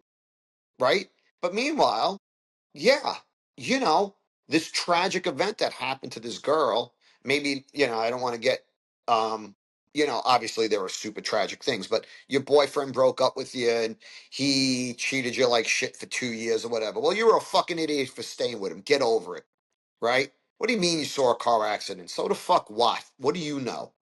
And Doc actually said that word to me. I got into the habit of saying, what do you know? You don't know anything. What have you seen, right? And then you have to realize I had to retool my brain that this back here is normal and people's traumatic experiences are relative to their experience, right? And Yeah. Doc Barry, I'll give you all the credit for that, right? And I realized, well, maybe I'm being a little bit of an asshole. Maybe I'm being insensitive. And I'm not talking like you're a generic New York asshole, right? It's like I can't and I actually wrote a letter to my friend Charlotte apologizing. So how like when we first started the date and she was just talking to me about things, I was like, get out of here, right? Who am I? I'm not the end all be all. Right. Like I said, in my Catholic upbringing and now redevotion to it, we're all sinners, dude. Hmm. We all sin. We've all done something wrong. Yoga was the beginning of it where I started retooling my brain and literally finding my physical balance back, Yeah. right? Which was a big step in retooling my brain that calm and order is normal. And I realized through all these years, I got used to disorder, Yeah. right? And that brought me back in. Of course, if she was on this thing with me, we'd have a spirited discussion about yoga and Buddhism and everything. But great person, super talented. And this is how I know she's a special person. I'm one of 6 kids, right? My sisters haven't liked any of my girlfriends. Literally, maybe one liked them, the other 3 didn't. They all universally like her. They Nice. all still stay in touch with her, right? Even though you know she's not here right now. And funny little story: my niece is getting married next November. This November, I thought it was October already. And she was like, "Uncle Joe, you know, look at you're my uncle. You're an adult, but if it's not hard, no one else. You can't bring a guest." So that's how I know she's a good person. But it's kind of funny, Doc. You know, you're right. And even talking to this is therapeutic for me. And I'm jumping around a little bit, but it's right. You know, it's like they've been like that a long time. And I feel that a lot of social media and things today exploit that vulnerability, right? Keep them angry, keep them mad, keep them pissed off. Um, and now I try to, you know, just be like that, to just super chill. You know, do I get angry? Do I yell at the TV? I have arguments in the shower daily with people that you know, whatever. But you know, you're right, Doc. You need somebody. You can't. This has been very therapeutic for me. You need a Doc Berry. You need this talk. You need to somebody. That's why I say support groups. Who's somebody that shared an experience like yours? Maybe it's just a priest. It's something I'm going to touch on too, guys. And I know I'm talked the majority of this call, and I apologize for that. But Doc Berry will tell you, once I start the roll, I'll talk the paint off the walls. My neighborhood priest, when I was a kid, who never had a calling to be a priest until after the Second World War, he was a paratrooper in the Second World War and had several of the major combat jumps, right? So one day I was talking to him and we're talking about it, people giving me grief. Right now, and as we talk more about it, I remember more of it that I maybe did speak to somebody else about these things. He goes, Joe, I was a paratrooper in the Second World War. He goes, I could talk to anybody about their combat experience and they can't say a word to me. He goes, well, let me ask you a question, Joe. I knew guys that literally didn't make it out of the plane. They didn't even get shot in their parachute on the way down. They died in the plane. He Shit. goes, what about the guy in any of because he was, I think, in Normandy and one of the other places, I think in Sicily, where the Armada had gotten strafed the night before. So when they were flying over the U.S. ships lit up the paratroopers. Because there are guys that didn't make it out of the plane. There are guys that didn't make it out of the landing craft, right? They died in the landing craft. Is he some sort of less of a veteran than the guy who survived? He's dead. He got killed. Then maybe he didn't see as much combat, but he's, and As so I have to. That story also makes me turn around and remember, it's relative. Hmm. right. As Bad far as the divorce, whole it's relative. as far as the whole comparative trauma thing goes, Joe, did I ever tell you, and I think I've shared this with Nate and Louise, did I ever share with you the idea of the Great Dane versus the Chihuahua? Did I tell you that one? No, I don't think so. Okay. It's a metaphor, like all my other shit that hopefully works. So let's say before us today, we have a 4 pound, but maybe a 4 pound Chihuahua and a 250 pound Great Dane. By the way, Nate has one of those in his house right now. He's got a Great Dane. And let's just say we take a 5 pound brick. I'm being serious. And we put it on the back of a 250 pound Great Dane. We take a 5 pound brick, put it on the back of the 4 pound Chihuahua. What's going to happen? The Chihuahua's going to go, Boom. it's going to, You yeah, blew my mind. okay. Great But analogy. Perfect. hey, Joe, it's the same brick. Yeah. I have a See what I story mean? about an elephant and a mouse, but it's not to do with psychological stuff. It's I know physical that one attributes. too. We'll talk I know about that that one too. offline. Yeah.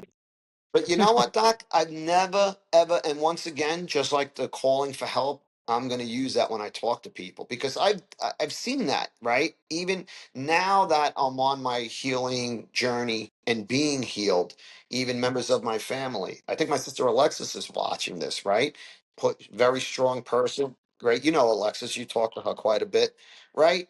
I mean, went through a traumatic experience, relationship experience, right? And everyone just assumes, oh, well, you're one of, thousands that have been divorced or had a bad relationship, husband stepped out, whatever. But it doesn't matter. You're right. It's like, to me, I'm like, I never, ever, ever said it's not a big deal because it's happened after my healing process. But that's a good point, right? Dude? 5 pounds is 5 pounds. If I put it on a 100 pound person, it's okay. If I put it on a 4 pound person, it's going to crush them. Yeah, whatever the worst thing you experienced in your life is the worst thing. It has no relationship Yeah. to somebody else's That's experience at all. great. You know? That's great, Nick. That's a great thing, right? The worst thing, the worst experience in your life is the worst thing in your life, Yeah. right? Yeah. They call it a Right. category error when you try to compare your trauma to somebody else's. You're making a category error because you're making an assumption that you're coming from exactly the same place, same experiences, and it doesn't work like that, and that's one of the problems I think a lot of us have, a lot of vets have dealing with PTSD is you don't feel in the beginning, you don't feel like you should say anything about it because you think of all the people who had it worse. And it Hmm. takes a long time before you can get over that, you know? It's funny that both of y'all mentioned that. Because one of the things I remember that used to let me make me feel less worthy than, make me feel fuck it, let's call it what it is, less macho, right? Was because I always question, like, why do I feel like I'm the one that came out of, and I've spoke, don't get me wrong, like Nate said, the Battle of Al Nazaria, I was 20 years old, 21, I think, years old. My first deployment, so it was with the same group of guys that I first hit the fleet with, I first trained with, built that 3-year relationship with before we deployed. I would always feel like, why did I come out of it so fucked up? Why am I the weak one? Why am I the one sitting here being the dumb, belligerent drunk, the one that can't handle the shit that we dealt with in combat? And I felt that my Marine brothers, because in '03 it was all just males, right? Yeah. Why do I feel that my Marine brothers are all handling this so well? So first, I didn't feel like I was strong enough like they were. Secondly, I was the fucking squid. I wasn't a Marine, you know what I'm saying? So we always got those jokes, right? But then mainly it was like, but then I'm also the doc. And so how am I supposed to be there for my Marines if I'm the one that's weak, that's showing, that I can't handle? Are we okay, Yeah, guys? we're back. Yeah. Okay. Okay, we got Yep. Joe. Yep. I Yep. have him frozen. No, good. Okay, good. We're all back. Yeah, I see you good. Yeah. So, like I was saying, like, so then it would also piss me off. Like I said, then I was the doc. So how am I supposed to be there, ready for my Marines to talk to me about what's going on with their mental health, right? When I didn't even, for so many years, didn't have a hold on my mental health at all whatsoever. Luis. So, like I Luis. said, that's why it was so funny that y'all mentioned that, because it reminded me of how I felt during those times. What's up, Doc? Okay. As you've heard me say on many occasions, and you were saying half of it just now, or the first part, first word of it, you said, this was my first, and so on and so forth, and I'm feeling this way. Mm-hmm. Now, what does Doc Barry say about first? Well, yeah, the first cut is always the deepest, Mm-hmm. and that's the But it one was you a lot remember of the our most. first. Yeah, yeah, but that's the one you True, remember the true. most because that's the first one you thought, that's the first one you experienced, and that's the first one, and it cuts so deep and it sticks. Right. But it also goes back to what Nate and Joe were saying too, is we can't compare each other's wounds. Hmm. What we Yeah. need to do is just be there to support and help each other heal from our wounds. Yeah. You know what I mean? But I remember that so vividly now that we were talking about that, is just how I felt like this, like so weak, and that would just make me even so much more upset about myself. And then that would, like we Yeah. were talking before, Joe, when we first started, that I I use negative coping mechanisms to try to relieve my pain and suffering, and that just led to more pain and suffering, which led to more drunken nights and Yeah. stupidityness and Yep. all Yep. the other stupid shit that comes along with it. You know what, Luis? Right. And it's so funny because people would be. I'm sorry, Nate. Go ahead. I was just say, just to tie up Luis's thing, he said, I love though what your Marine said to you was about 2 years ago when you came back to North Carolina. When you were talking to them about that, what did they say to you about all You that have guilt to. you were carrying? You said something to the effect of you didn't go through it alone, right? So why are you trying to Oh, yes, carry yes, it? yes. Yeah, Yeah. Mm-hmm. it was really Yeah. profound of them to say that to you. Why are you trying to Yeah. deal And with it on your own? yeah, yeah, and it doesn't matter what it is, right? I've learned this through the years, right? Regardless of how strong you are, how smart you are, you need support. And Mm-hmm. not only do you need support, not only, and I don't mean because dude, there's some people I know that give oh, just have a drink, smoke a joint, do this, don't worry. Oh, go out and just bang 100 guys and get over this guy. Fuck him, live in Right. your power. It's the worst advice, dude. Yeah. And I'm not beating up on women, but that tends to be a lot of advice they give to their girlfriends when they're going through a tough time. Oh, just have some wine, go on this app, go find somebody to cuddle with tonight, whatever, whatever. And then I was there myself, unhealed, traumatized. Guys are the same thing. Oh, dude, you should go out and friggin' hook up with as many girls as you can. Dude, horrible advice, right? You need people there to support you, to guide you. People that can relate, even if it's not, as we just said, guys, I can't compare it now. This is really beautiful stuff, and I'm going to use it, right? Although my experience is different than yours, it's still the worst experience of your life. It's still your traumatic experience, regardless of it may seem like nothing seems like nonsense to me now because it's your traumatic experience. I can't do it. The 5 pound brick. Yeah, exactly. Yeah, Right. I You know, something that great might advice. This, something that might help you too here is so I run the divorce care ministry at my church, and in the training video there's a lady in there who wrote this poem. She was looking at her bad coping mechanisms, and you don't even need to know the poem to know what the words are when I give you the title of it. It was called um, "Looking for Permanent Solutions in Short-Term People." yeah. Yeah, it's like, how often do we do that when Yeah. that's, Doc Barry had taught me one time, it's self-soothing mechanisms. We talk about as coping mechanisms, but really what we're doing is looking for you're trying to find this permanent solution to something that's temporary, that doesn't last. Smoking weed, getting drunk, womanizing, whatever it is, it ends, and the problem is still there, and because you haven't dealt with it. Hmm? Yeah. Yeah. Dude, and I've learned this, and I've legit tried to give people advice, right? They're talking to me about their problems while I'm freaking drunk covering up my Yep. problems, 100%. right? Right. And now maybe it is some advice like stay in school or whatever the case is. But it's the truth. And just because you get older, and my father was a great example of this, doesn't mean it goes away. It gets worse. Well, yeah, no, And and dude, in his case, he was never like an alcoholic or anything, but he was a perfectionist. It was hyper Marine Corps. It was a lot of other things like that, which really stemmed back to his father, who, if you look back now with all his combat experience up through into the First World and then Second World War, did he try to re-enlist in the Second World War, but he was too old, so he became a merchant marine. And those guys are totally overlooked, right? yeah, yeah, And yeah. he's having ships blowing out from beneath him, right? And you realize it's so what I want to do, and like with my child, break the once again, Doc Berry, I think we spoke about this, the generational trauma that is just passed from person to person to person, right? There's no doubt Yeah. my father's father had severe PTSD. I'm sure of it, right?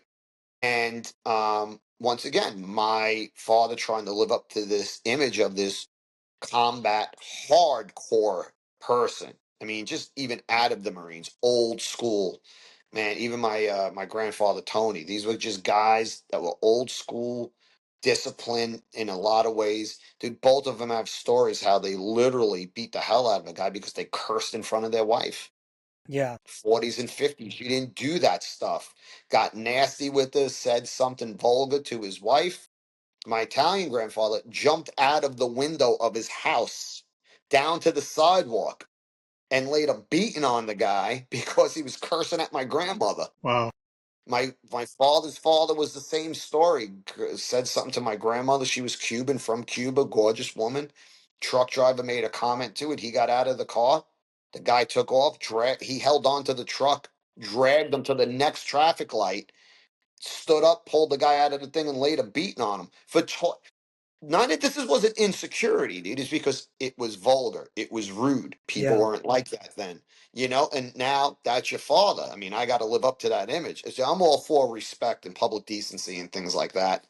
I feel that women today expect to be disrespected by men. Like I curse in front of girls and I'll say, I'm sorry. It's okay, Joe. I'm used to it. I go, well, you want to know what? You shouldn't be used to it. I don't Yeah. talk that way in front of my daughter or my mother. I shouldn't speak that way in front of you. Very Of true. course, we're adults, adult words slip out. And I think that, yeah, does not to get off track. You can't go through it alone, man. Yeah. Well, let me throw in something here. We got like maybe 5 minutes left. We've been at this for 2 hours, and it seems like 2 minutes. Yeah, it went by fast. All four of us, we could say, have daddy issues to one degree or another. What? All of us do. But since Joe, you're the guest tonight, let's face it, we are here. One of the reasons why the four of us are united here today is because of the man himself, Colonel Louis LaGuardia Wein. And Yeah. today is the anniversary of his passing. I would like to think, as we have said on other occasions, that Lou would approve. Um, he backs us up from on high with whatever we do. So why don't Yeah. you take the last 5 minutes, if you want, talk about Dad, maybe do a dedication to him or anything else you want to say Yeah. in the remaining moments that we have. You know, Go ahead. like I've realized, as I said earlier, we're all sinners. We all have faults, right? We can only ask the Lord for forgiveness, or like your Buddhism, you have to try and make inner peace with that, right? So my father had every excuse in the world to be a loser, to be an abuser. He had a father who was, um, I think, at one point in time would pitch the two brothers against each other, right? My grandmother, great person, super Catholic, but she's Cuban, and like I could say that Cuban gene can activate at any time, and it did activate a bunch.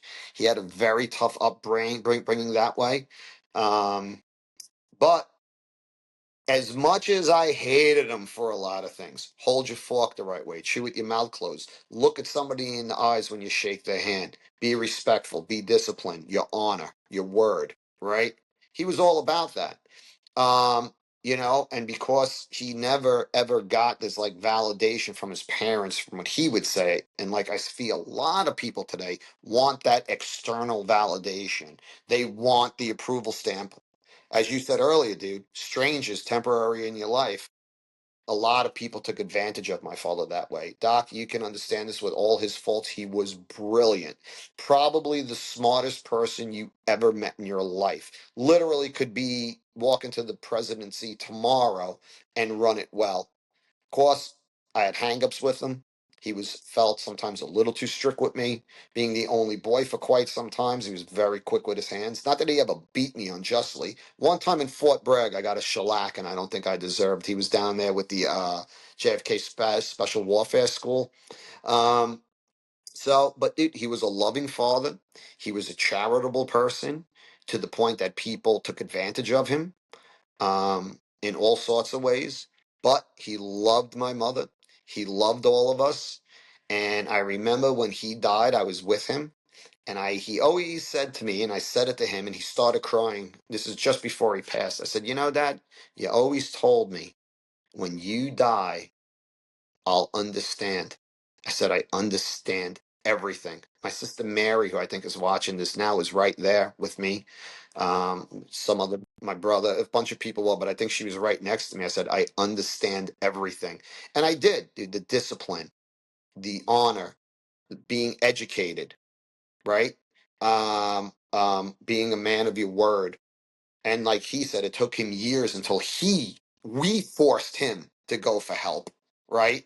And I always said to myself, man, just imagine if he would have went years before, you know? So guys, you don't need external validation, right? You don't need everybody to pat you on the back. Not everybody you meet in life is going to like you, right? There are some people that just don't like you. And no matter what you do, and the more you try to be your friend, the more they dislike you and the more they go out to hurt you, right? And if he would have had a Doc Berry early in his life, if he would have had this social platform like we're on right now, just a bunch of dudes talking to each other, right? As iron sharpens iron, they say, right? Dude, right? Just like women need to talk to women about certain things, men, especially veterans and first responders, need to talk to each other about this stuff. So all of my success and all of his failures, I feel, and all of his hangups and all of the stuff, I've realized now probably God burdened him with that because they knew he could handle it. And hopefully I look at the mistakes he made and I don't make those same mistakes. Um, So, guys, honor your parents, honor your friends, reach out to each other. Any veteran that's watching this, brother, sister, if you're feeling bad, pick up that phone, man. You know, like we said earlier, temporary folks to a permanent solution, right? My friends that drank and did drugs and killed themselves, suicide, it's it's a permanent solution to a temporary feeling. Reach out, man. Get help. We're always here for you, you know? And you know, what can I say? I love them, and it's the truest statement. They say you don't love somebody unless you hate them once in a while. And dude, if you're having trouble with your parents, your kids, or whatever, resolve that shit because you're not guaranteed tomorrow. Well, Beautiful, beautiful. as you and I, Joe, you and I have said very frankly on several occasions about Dad, there were times when the man could be his own worst enemy. Oof. Yep. And so, in other words, he was a mixed bag. He wasn't, complete saint. He wasn't complete sinner. He was somewhere in the middle, and he was fighting with internal forces for decades that he didn't understand until you guys said you need to go get help, and he did. We can be Yeah. grateful for that. Yeah. My mother and him were married, obviously, until the day he died. With their engagement, were together for 57 years. Yeah. That's amazing. Yeah. 6 kids, 10 grandkids, right? And she was really the one. She said, Lou, if you don't go get help, I'm out. You know, Definitely glad he listened then. 7 kids. My sister just popped something up. 7 kids. We had a sister that died very young. Oh, Yeah. sorry to hear Wow. that. Yeah. But, Awesome though that well, with that, she saw the but, importance to do that. mhm. Hmm. Yeah, I think it takes a very strong, and times are different. We'll just put it that way, right? So I definitely do feel that a woman at her age, being raised in a very different generation than either of us were raised, it takes a very strong woman to look at their spouse and be like, you either cut this shit out or I'm out of here, you know? Yeah. Um, and so very commendable And they had for been married about 35 years at that time. look at that, man. Yeah. But wow. Well, with all that, because we do have to wrap it up, I want to say to Alexis and Mary, who were here with us this evening, your sisters, thank you so much for joining us as well in the audience. It was such a pleasure to have another family member here and have the side chats that y'all were discussing earlier. Um, I always like to end with some of the takeaways that I like to take away from the conversations, and the two main ones today that I take away is, first and foremost, you can't begin your healing if you stay quiet. So please, please, please reach out to whoever you feel confident enough with whatever's going on in your life. Because we don't ever want to make a permanent decision for, like we say, temporary problems. The end game, we're all going to get there. We're all going to meet death eventually. Why rush to get there? Let's enjoy it while we're here. Right While on. we're here. Second thing that I got from you, Joe, is I got it more from hearing the way you spoke about your father and the way your sisters have reiterated the sentiments that you said about your father. Is, man, just be an honorable and loving human being, and that will get you very far in life. Thank you so much for sharing your father's story, especially on today's day of his anniversary of his death. Lou, wherever you're at, watching from us, from the next life after this, thank you so much for blessing tonight's conversation. I definitely felt your presence with us tonight. I felt the love that you shared with your kids with us tonight. And I want to thank you, Joe, once again for coming on with us this evening, not only speaking about your struggles and what has helped you heal, but also remembering your father for the man that he was. And thank you for that. I appreciate that. Right on. Gentlemen, All anything else right. before we sign off? Feel free to come back on again and we can talk about different stuff, man. This Yeah, is dude, great. definitely. I'll definitely do it again. I know, dude, it's like Doc said, the first cut is the deepest. For me to do anything, right? And once again, Anybody who's listening, I am a Catholic, but I'm a Taurus, so I kind of mix that in there. I'm a stubborn bastard. It takes me sometimes. I want to do it. I'm going on vacation to like Italy, and I'm like, what the fuck am I going on vacation for? Ugh. And then I'm like, or to the beach even. What am I going to the beach for? It's my favorite place in the world where I go. I won't say the name because I want nobody showing up there. And I'm like, what the hell am I? I could just stay at work. I could just stay home. That's just the way I am. But now that I've broken the ice, dude, you won't get rid of me. There you go. Awesome. Well, we look forward to it. All right. All right, All right. guys. Well, God everyone, have a bless. good Semper Fi, evening. guys. It's Thank good to you. see All you. right. All right. Yep. Bye. See you.